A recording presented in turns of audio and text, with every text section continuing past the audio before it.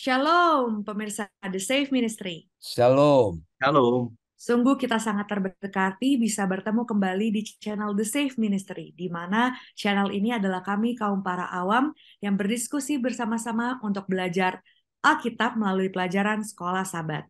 Dan pada minggu ini kita akan mempelajari mengenai menyembah Sang Pencipta. Dan kami sudah siap untuk berdiskusi bersama-sama dengan pemirsa The Safe Ministry, tetapi sebelum itu kita akan berdoa yang dipimpin oleh Pak Tobing. Mari kita berdoa. Ya Bapa di sorga, tuntunlah kami dengan Roh Kudus-Mu Tuhan, ketika kami mempelajari firman Tuhan. Dan terlebih dari itu berikan kuasa kepada kami Tuhan, agar kami boleh mengasihi Engkau dan kasih kami tercermin dari penurutan kami kepadamu Tuhan. Dalam nama Yesus kami berdoa, amin. Amin. Sebelum kita membahas satu persatu topik pelajaran Sekolah Sabat, kita akan mendengarkan pengantar yang akan dibawakan oleh Pak Tobing. Baik, pemirsa The Safe Ministry, sekarang kita membahas kepada sebuah judul menyembah Sang Pencipta.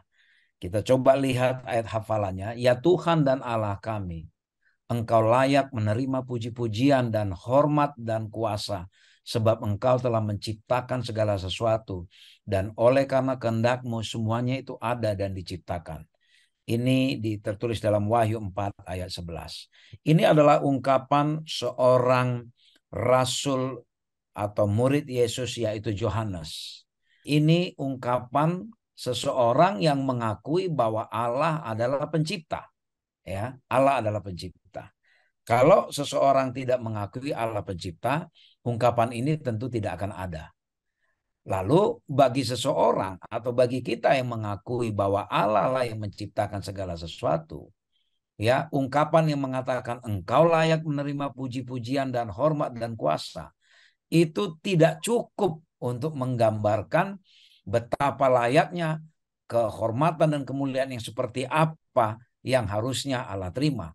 Karena ini adalah ungkapan dari kita orang berdosa, ya. Nah, tapi ya, sekarang kita seolah-olah akan kembali kepada pelajaran awal di Alkitab atau proses kejadian di alam semesta ini, yaitu dimulai dari penciptaan. Ya, kita tidak akan membahas mengenai proses penciptaan, tetapi kita diajak kembali, ya, diajak kembali pikiran kita untuk kembali mengingat, ya, mengingat siapa yang telah menciptakan dunia ini, siapa yang menciptakan alam semesta ini. Ya, bagi kita mungkin mudah kita menerima, ya. Seperti kita misalnya seorang anak menerima orang tua karena kita tahu sejak lahir kita sudah dekat sama orang tua kita.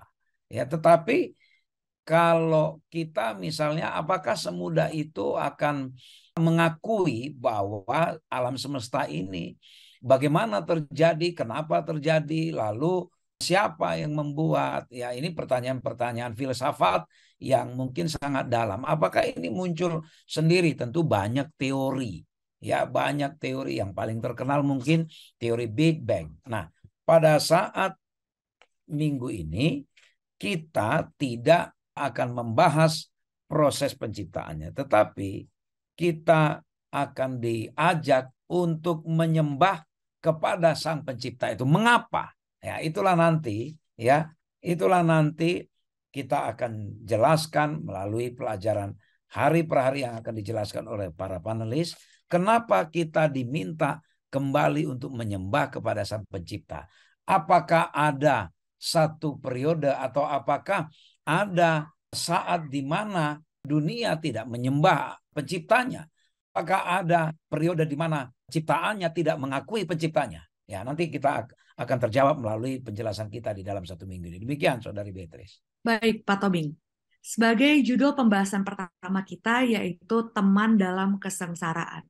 Mari kita sama-sama dengarkan penjelasannya dari Pak Tobing. Silakan, Pak. Pemirsa The Safe Ministry, seperti fokus kita dalam 1 triwulan ini adalah mengenai tulisan di Wahyu yang diberikan kepada Yohanes. Saudara-saudari bayangkan, ya, seorang Yohanes diasingkan di Pulau Patmos, terpisah dari siapapun, terutama dari orang-orang dekatnya. Terpisah jauh dari dukungan keluarga, dari teman-teman, dari komunitas sesama rasulnya. Tetapi yang luar biasa, Yesus sebagai sahabatnya dulu, ketika bersama-sama di dunia, ya, Yesus mengunjungi rasul terakhir yang masih hidup, yaitu Yohanes.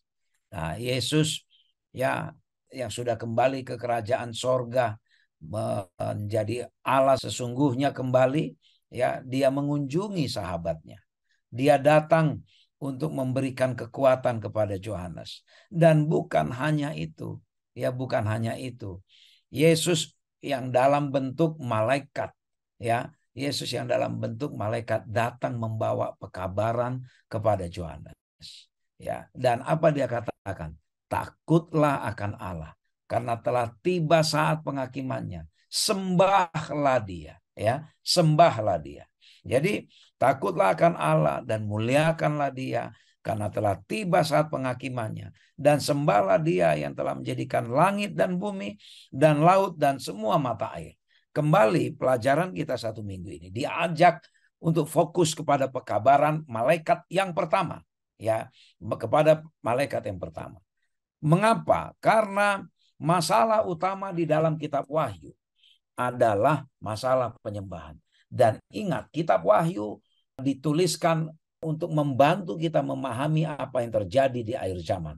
Artinya, persoalan terbesar di akhir zaman ini adalah persoalan penyembahan.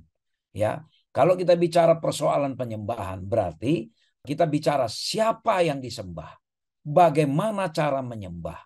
Ini yang menjadi persoalan, atau apa yang disembah. Ya, karena kita makhluk manusia ini adalah makhluk yang secara natural akan selalu mencari sesuatu untuk disembah, ya. Nah, kita diingatkan melalui penglihatan kepada Yohanes supaya takutlah dan sembahlah dia, ya, sembahlah dia. Apa artinya? Persoalan terbesar sekarang adalah persoalan penyembahan. Dan jangan lupa, mengapa ini dilakukan? Pada waktu Yesus dicobai di padang gurun, Lucifer berusaha menggoda Yesus supaya Yesus menyembah dia. Dan pada saat itu Lucifer kalah, tidak berhasil. Dan Lucifer masih dendam hingga saat ini. Dia menjadikan manusia sasarannya agar menyembah dia. Oleh karena itu diingatkan kepada kita, sembahlah Allah. Ya, sembahlah Allah. Di pelajaran 2 minggu sebelumnya, kita diberitahu bahwa manusia sudah menyembah konsumerisme, menyembah materialisme, harta kekayaan, jabatan, keagungan dunia, itu sudah kita sembah. Itu secara konotatif, ya. Dan juga secara makna spiritual, kita banyak yang sudah menyembah bukan Allah yang kita sembah. Bukan Allah yang benar yang kita sembah. Tetapi apa? Allah yang salah yang kita sembah. Walaupun mungkin ada mengatakan Allah itu hanya satu. Iya, tetapi dalam terminologi banyak orang bermacam-macam pengertian Allah. Ada banyak, ya, ada banyak penyembahan yang tidak sesuai lagi dengan penyembahan yang Allah mau. Oleh karena itu, kita diingatkan hanya menyembah kepada Allah Sang Pencipta kita, yaitu Yesus yang telah mati menebus kita. Dan kita diminta untuk menyembah dengan cara yang benar, dan dengan, ya, cara yang benar itu artinya dengan hati yang hancur. Dan juga bagaimana orang menyembah, ya, kita juga datang seperti prosesi yang benar, sama seperti Kain dan Habil dahulu. Ya, Kain sangat sepele dengan cara penyembahan dan penyembahannya tidak diterima. Habil yang sangat mengikuti bagaimana penyembahan yang benar, itulah yang diterima. Demikian pemirsa The Safe Ministry yang disebut di dalam teman dalam kesengsaraan ini, Yesus mengingatkan, menghibur Yohanes, ya, di dalam kesengsaraannya itu agar kembali menyembah dia dan menyampaikan pekabaran ini kepada kita. Demikian Saudari Beatrice. Baik Pak, ada pertanyaan dari topik ini. Bagaimana persiapan kita mengenai kesengsaraan? Apakah kita sudah sebanding dengan yang dialami Yohanes? Jika pikiran kita tertuju kepada Yesus, ya, jika pikiran kita tertuju kepada hanya menyembah Yesus, ya, tidak menyembah harta materi duniawi kita, jabatan kita, kepopuleran kita, maka kalaupun kita satu waktu harus katakan seperti Yohanes diasingkan, atau kita mungkin tidak bisa hidup di dalam kemakmuran dan kesejahteraan seperti yang sekarang kita alami, itu adalah sesuatu yang tidak berarti bagi kita. Oleh karena apa? Karena pikiran kita dari sekarang sudah dilatih kepada Yesus. Jadi, apakah persiapan kita? Selalu persiapan kita adalah biarlah pikiran kita tertuju kepada Yesus. Apakah nanti kesengsaraan kita lebih berat dari Yohanes atau tidak? Itu adalah ukuran Tuhan, keputusan Tuhan yang Tuhan berikan kepada kita. Dan di mata Tuhan itu semua sama. Tuhan tahu kekuatan kita masing-masing. Demikian, Saudari Beatrice. Baik, Pak Tommy. Pak Fajar, judul pembahasan kita berikutnya ini menyembah pencipta. Apakah bisa dibantu untuk hal-hal penting apa yang perlu kita pelajari dari topik ini, Pak? Iya, Beatrice dan pemirsa The Safe Ministry. Ini pembahasannya luar biasa sekali ya. Saudara Elvin, panelis, sudah menyampaikan secara umum dan detail malahan ya, bahwa dalam Wahyu pasal 14 ayat 7 ini menjadi satu pembahasan yang menarik. Mari kita sama-sama membaca ya. Wahyu 14 ayat 7. Dan ia berseru dengan suara nyaring, takutlah akan Allah dan muliakan Dia, karena telah tiba saat penghakimannya, dan sembahlah Dia yang telah menjadikan langit dan bumi dan laut dan semua mata air. Jadi ada 3 poin di situ. Yang pertama, takut akan Allah, kemudian muliakan Dia, dan yang ketiga adalah sembahlah Dia. Mengapa kita harus menyembah Dia? Karena Dia yang telah menjadikan langit dan bumi. Jadi pelajaran selama 1 minggu ini menyembah Sang Pencipta, itu adalah menyembah Dia ya. Menyembah Dia, yaitu memuliakan Dia, dan kita juga takut akan Allah. Karena apa? Karena penghakimannya sudah tiba, masa penghakiman. Pelajaran-pelajaran yang lalu sudah memberikan satu pelajaran yang menarik bahwa penghakimannya sudah tiba, dan saat ini sedang berlangsung penghakiman, pengadilan pra-advent untuk saat ini, nama-nama semuanya. Dan mengapa pelajaran ini sangat begitu penting supaya kita kembali kepada Tuhan, kita mengingat apa yang sudah dilakukan oleh Allah kita, Tuhan kita sebagai pencipta. Kita coba akan lihat begini. Planet kita atau sistem tata surya kita kan ada matahari dan ada beberapa planet. Nah, sistem tata surya itu atau disebut satu bintang ini berkumpul dengan bintang-bintang lain yang akan menjadikan satu gugusan bintang, yaitu Bima Sakti ya. Nah, sementara di seluruh alam semesta itu begitu banyak gugusan seperti bintang ya, dan ada sekitar 100 miliar bintang di dalam galaksi kita, yaitu di Bima Sakti. Nah, di dalam alam semesta ini begitu banyak galaksi-galaksi.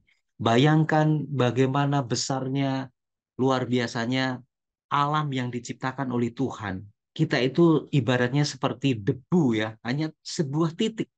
Sebuah titik. Planet kita itu sebuah titik, apalagi kita diam di planet yang sangat kecil ini. Dan kita bisa menyaksikan, kita dibawa mencoba untuk berimajinasi bagaimana seluruh alam semesta ini diciptakan oleh Tuhan, yaitu Allah itu sendiri. Dan Allah itu sendirilah yang menguasai seluruh kehidupan kita. Nah, sekarang kita sebagai ciptaannya, kenapa kita tidak menyembah Dia yang menciptakan seluruh alam semesta? Begitu banyak teori-teori mengenai penciptaan seluruh alam semesta. Ada tadi disebutkan oleh panelis Big Bang, kemudian ada teori evolusi. Teori evolusi itu dari yang tidak sempurna menjadi sempurna. Malah justru ini menggagalkan tentang pemahaman kita tentang penciptaan. Karena apa? Tuhan itu menciptakan alam semesta, langit dan bumi, dan khususnya planet kita atau bumi kita itu dengan begitu baik ya. Dengan begitu baik selama 6 hari. Selama 6 hari dia menciptakan bumi dan segala isinya itu dengan sangat baik, dengan begitu sempurna. Nah, mengapa menjadi saat ini penuh dosa? Karena apa? Karena manusia tidak taat kepada Tuhan sehingga dia jatuh dalam dosa, sehingga bumi dan planet yang sudah diciptakan oleh Tuhan begitu sempurna itu semakin merosot. Semakin merosot ya, meskipun kita mengetahui bahwa pengetahuan semakin bertambah, tapi kesempurnaan itu tidak sesempurna pada waktu Tuhan kita itu menciptakan langit dan bumi. Nah, kalau kita tahu bahwa Tuhan lah yang menciptakan langit dan bumi, mengapa kita tidak menyembah Dia? Seperti halnya pekabaran malaikat yang pertama. Fokus yang pertama adalah panggilan malaikat yang pertama. Takutlah akan Tuhan, muliakan Dia, dan sembahlah Dia. Sembahlah Dia karena Dialah sebagai pencipta. Pada pelajaran ini menuntun kita supaya kita akan kembali kepada pencipta yang agung, yang hebat, yang luar biasa sekali, yaitu Yesus, yang Tuhan Allah yang patut kita sembah. Demikian, Beatrice. Baik, Pak Fajar. Dari topik ini ada pertanyaan yang muncul nih, Pak. Ciptaan Iya. Allah sempurna adanya, tetapi telah dirusak oleh manusia. Kenapa Allah masih rela mati bagi manusia? Mengapa Allah itu harus rela mati bagi ciptaannya ya, bagi ciptaannya. Kurang apa sih kasih karunia Tuhan itu kepada kita ya? Karena Dia sebagai pencipta, Dia bisa saja Dia membiarkan manusia yang sudah jatuh dalam dosa itu langsung dibinasakan, kemudian Dia menciptakan satu ciptaan yang baru. Sebetulnya bagi kita sah-sah saja ya. Tapi ini yang paling penting, Beatrice. Mengapa Dia begitu rela ya mau berkorban untuk ciptaannya yang sudah bobrok gitu ya, yang sudah jatuh dalam dosa, yang tidak taat kepada Dia, malah justru mau menuruti akan Lucifer atau setan dan iblis itu sendiri, di mana mereka memberontak dan dibuang dari surga. Mengapa Tuhan kita itu sangat rela mati bahkan ya demi mengangkat derajat ciptaannya itu sendiri. Inilah yang menjadi satu kasih yang tidak terbatas, kasih yang luar biasa. Bahkan ciptaannya di seluruh alam semesta yang tidak jatuh dalam dosa seperti halnya malaikat. Bahkan mungkin umat-umat Tuhan yang di planet-planet lain yang diciptakan oleh Tuhan yang tidak jatuh dalam dosa. Mereka mungkin sangat sulit untuk memahami akan hal ini. Mengapa hal itu bisa terjadi? Tapi karena kasih karunia Tuhanlah yang luar biasa. Ini demi kelangsungan seluruh alam semesta. Bahwa Tuhan itu memerintah itu tidak dengan cara otoriter ya. Jadi kalau sudah berdosa, binasakan. Ciptaannya yang sudah berdosa, yang sudah melanggar, binasakan. Jadi mereka jadi merasa takut kepada Tuhan, penyembah. Padahal itu yang tidak diinginkan oleh Tuhan. Tuhan menginginkan kita semuanya, seluruh alam semesta itu menyembah penuh dengan kerelaan hati, penuh dengan sukacita, tanpa ada satu paksaan, tanpa ada satu ketakutan ya kepada Tuhan Allah sendiri yang diciptakan. Nah, oleh karena itu, mengapa dia rela untuk mati bagi ciptaannya? Karena kasihnya Dia yang begitu besar bagi kita. Dan demi pemerintahan di seluruh alam semesta, bahwa tuduhan setan bahwa hukum Tuhan itu sangat berat dan tidak adil, bahwa Tuhan itu sangat otoriter, itu terpatahkan dengan pengorbanan Dia di atas kayu salib. Demikian, Beatrice. Baik, terima kasih Pak Fajar. Selanjutnya kita akan mempelajari mengenai Tuhan yang dekat. Kita minta Pak Tobing untuk bisa menguraikan mengenai topik ini, Pak. Baik, pemirsa The Safe Ministry, sebenarnya hanya ada dua inti dari pelajaran hari ini, ya. Ada yang disebut Allah adalah Tuhan yang transenden dan Tuhan yang imanen, ya, atau Allah yang imanen. Transenden itu apa? Allah adalah suatu zat yang jauh melampaui segala sesuatu, ya, jauh melampaui segala eksistensi yang ada di alam semesta ini. Itulah yang disebut Allah adalah zat atau makhluk transenden. Yang itu artinya kita dengan Allah itu sebenarnya jauh sekali, ya, jauh sekali derajatnya. Kita ciptaan Allah pencipta, apalagi kalau dikaitkan kita sebagai orang berdosa. Wah, menjadi jauh sekali jaraknya. Tetapi walaupun Allah adalah Allah yang transenden, tapi Allah juga adalah Allah yang imanen. Allah yang imanen adalah Allah yang dekat, ya, Allah yang dekat dengan ciptaannya. Allah yang merasakan kesulitan ciptaannya, kesengsaraannya, kegalauan, kesedihan, ketakutan, apapun yang dialami oleh ciptaannya, Allah bisa merasakan. Itulah maha luar biasanya Allah. Dia adalah satu oknum yang transenden, yang sangat terhormat, mulia, jauh sekali derajatnya dari kita.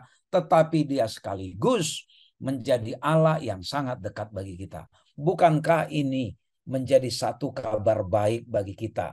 Kita punya Allah yang luar biasa, yang terhormat sekali. Bahkan tadi di dalam ayat hafalan, segala puji, hormat, ya, dan mulia dan apalah semua ungkapan-ungkapan yang luar biasa dicoba oleh Yohanes ungkapkan itu sebenarnya tidak cukup kalau melihat maha luar biasa, maha kuasanya Allah. Tapi kalau melihat imanensinya, ya, imanensi kedekatan Allah dengan kita, Allah itu sungguh sangat baik, sungguh sangat merasakan kita, pemaaf, pemurah, dan sangat low profile istilahnya. Dia sangat dekat, down to earth, ya, membumi sama kita. Itulah luar biasanya. Jadi ini sebenarnya pelajaran bagi kita. Sehebat-hebatnya kita manusia, sekuat-kuatnya pengaruh kita, setinggi-tingginya jabatan kita, setinggi-tingginya pendidikan kita, sebanyak-banyaknya harta kita, jangan kita pernah merasa bahwa kita jauh jaraknya dari orang lain. Kita tetap harus low profile, tetap harus dekat dengan sesama, tetap harus rendah hati. Ya, itu satu pelajaran yang bisa kita ambil. Saya mengajak kita pemirsa The Safe Ministry. Begitu terstrukturnya. Tadi panelis Saudara Fajar sudah jelaskan. Matahari kita ini luar biasa besarnya. Ya, bisa berapa ukuran bumi masuk ke matahari itu.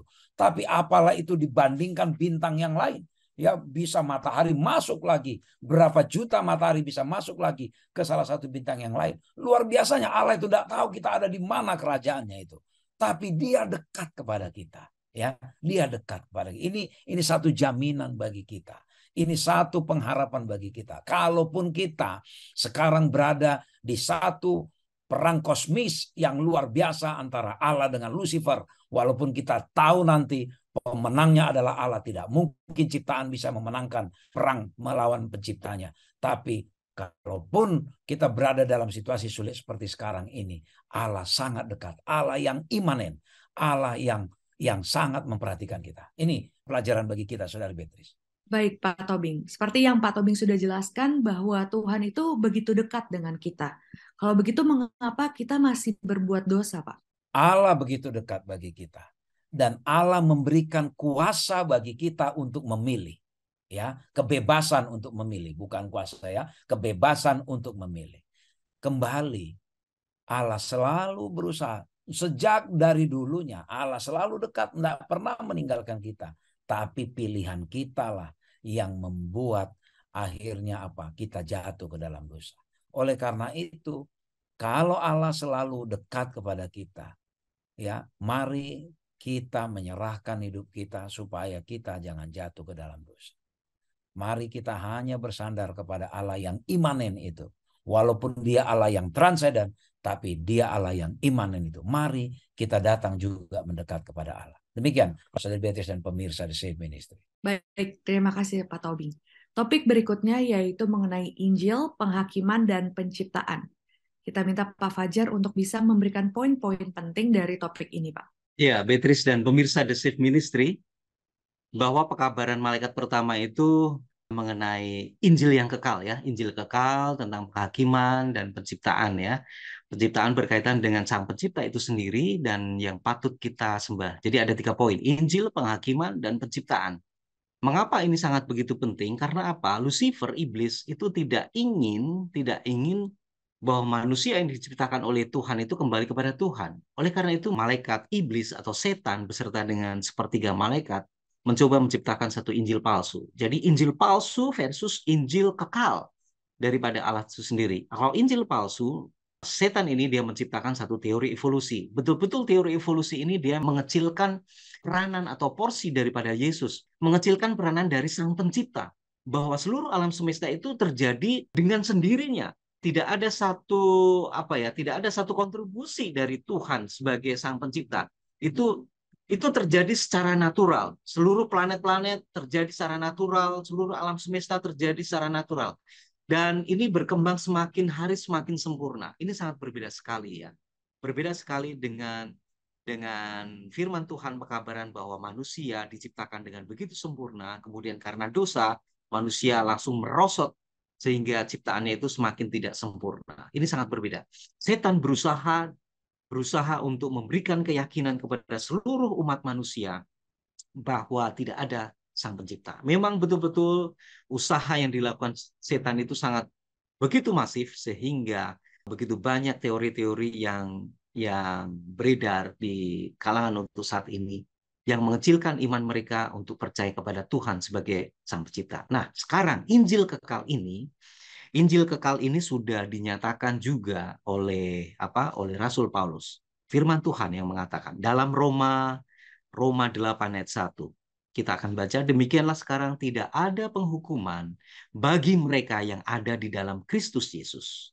Nah, kita tahu bahwa umat manusia atau yang dimulai oleh Adam dan Hawa, mereka jatuh. Hukumannya itu adalah kematian. Ini hukumannya. Setiap manusia itu akan dihukum. Karena apa? Tidak taat dengan peraturan yang ditetapkan oleh Tuhan itu sendiri. Jatahnya adalah kematian. Sebab upah dosa ialah maut. Namun karena kasih karunia Tuhan, kita akan beroleh hidup kekal. Artinya, berhubungan dengan penghakiman dan penghukuman, bila mana kita berada di dalam kasih karunia Tuhan, berada di dalam Kristus Yesus, maka penghukuman itu tidak ada. Ini firman Tuhan yang mengatakan, Rasul Paulus yang mengatakan. Nah, oleh karena itu, Injil ini memberikan satu harapan bagi kita. Kita berdiri dengan tegak di hadapan atau di depan pengadilan surga pada masa penghakiman itu berlangsung. Oleh karena apa? Kita memiliki pengharapan Injil kekal. Injil kekal itu apa? Yaitu tentang kematian Kristus di atas kayu salib, tentang kebangkitan Dia, tentang kenaikan Dia. Nah, inilah yang perlu disampaikan supaya mereka banyak orang yang percaya dan menerima penawaran kasih karunia yang diberikan Tuhan kepada manusia yang sudah jatuh dalam dosa. Sehingga Tuhan sekarang memiliki satu umat Tuhan, menciptakan satu umat yang sisa, the remnant. Umat yang sisa, umat akhir yang memang betul-betul memiliki kesaksian Yesus, memiliki yang mau menuruti akan perintah Tuhan. Yaitu siapa? Ya kita semuanya.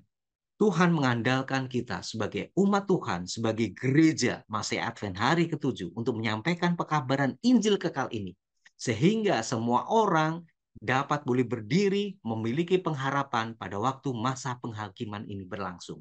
Sehingga kita berada di dalam kasih karunia Tuhan, sehingga penghukuman, kematian itu tidak akan ada lagi bila mana kita berada di dalam kasih karunia Tuhan. Demikian, Beatrice. Baik, Pak Fajar. Ada pertanyaan untuk pada pelajaran kali ini, yaitu bagaimana kita sebagai saksi Allah mengajak orang lain untuk menyembah Pencipta. Ya, bagaimana kita sebagai saksi Allah itu mengajak orang lain untuk menyembah Sang Cipta. Tentunya dimulai dari diri kita ya. Dari diri kita coba memahami, menyadari bahwa seluruh alam semesta yang ada di sini adalah ciptaan daripada Tuhan. Diciptakan Dia. Nah, pada waktu kita mengetahui kepada siapa kita harus menyembah, tentunya kepada Sang Pencipta yang menciptakan langit dan bumi dan seluruh alam semesta dan segala isinya, bumi dan langit ya, seluruh alam semesta. Kita kembali kepada kita. Kalau diri kita itu sudah menyadari kita hanya mengandalkan kepada Tuhan Sang Pencipta langit dan bumi, tentunya kita akan jauh lebih mudah untuk mengajak orang lain. Sehingga orang lain itu akan menaruh percaya kepada Tuhan sebagai Sang Pencipta langit dan bumi. Kalau kita tidak gunakan kesempatan ini, banyak orang yang tersesat. Banyak orang yang percaya dengan teori evolusi yang digembar-gemborkan oleh Lucifer, iblis, maupun sepertiga malaikat, sehingga mereka mengecilkan akan peranan Yesus, peranan kasih karunia Yesus di atas kayu salib ini. Sehingga kita akan jauh lebih mudah mengajak mereka untuk kembali kepada Sang Pencipta. Kepada siapa lagi, Beatrice? Kalau kita tidak menaruh percaya kepada Tuhan sebagai pencipta langit dan bumi. Demikian Beatrice dan pemirsa The Safe Ministry. Baik, terima kasih Pak Fajar. Untuk topik selanjutnya, kita akan membahas Sang Pencipta di kayu salib. Kita minta lagi Pak Fajar untuk bisa menguraikan mengenai topik ini, Pak. Kalau kita sudah membahas tentang pencipta yang sudah menciptakan langit dan bumi. Sekarang kita membahas tentang sang pencipta di atas kayu salib. Bagaimana bisa? Orang lain mungkin akan berpikir, "Lah, kok bisa sang pencipta berada di atas kayu salib?" Nah, inilah yang menjadi satu pertanyaan yang luar biasa sekali ya. Banyak orang tidak akan percaya. Bagaimana mungkin Allah yang disembah kok bisa di atas kayu salib, bahkan mati? Bagi sebagian orang, mereka merasa ini tidak masuk akal, tidak masuk logika mereka. Bagaimana mungkin Tuhan Allah sebagai sang pencipta mati di atas kayu salib? Nah, namun kalau kita mengacu kepada Roma 1 ayat yang ke-20, ini menjadi satu jawaban bagi saudara-saudara kita ya, bagi saudara-saudara kita yang mungkin barangkali mereka tidak percaya kepada Sang Pencipta ya, yang berada di atas kayu salib. Roma 1 ayat yang ke-20. Sebab apa yang tidak nampak daripadanya, yaitu kekuatannya yang kekal dan keilahiannya dapat nampak kepada pikiran dari karyanya sejak dunia diciptakan, sehingga mereka tidak dapat berdalih. Tidak dapat berdalih. Kita tahu bahwa Tuhan memiliki satu kekuatan yang sangat luar biasa, kekuatan yang kekal, dan keilahiannya itu ya, itu nampak dari penciptaannya.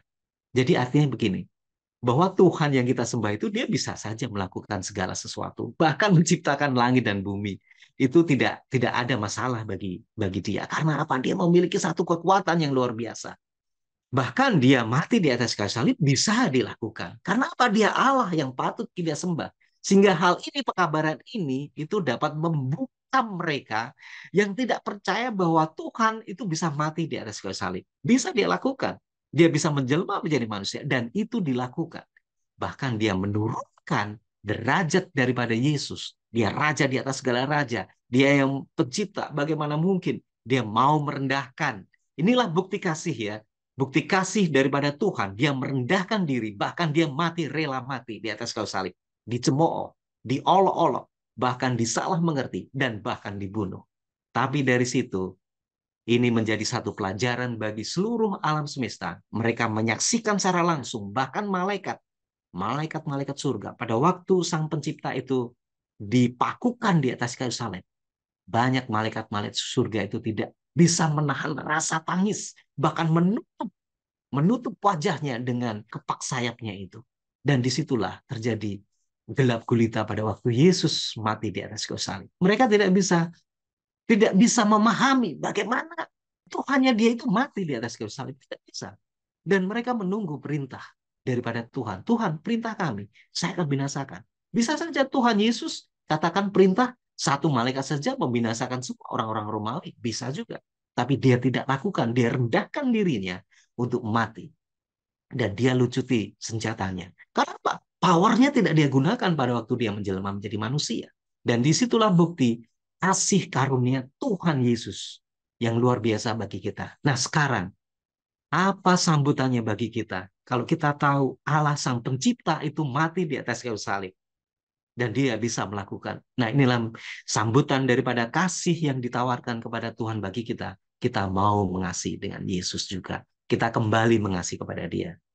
Di dalam Yohanes, jika engkau mengasihi aku, turutilah segala perintah-perintahku. Itu yang disampaikan oleh Yohanes Sang Kekasih. Oleh karena itu, yang disampaikan oleh Tuhan melalui Injil Yohanes Sang Kekasih.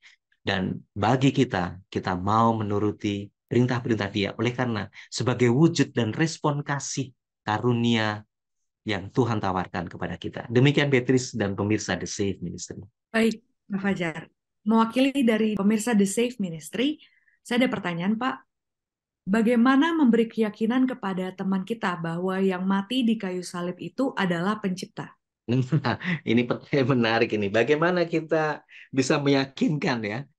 Bagaimana kita bisa meyakinkan kepada teman-teman kita bahwa yang mati di atas kayu salib itu adalah Sang Pencipta? Kita tentunya sudah pada minggu yang lalu kita mempelajari tentang nubuatan.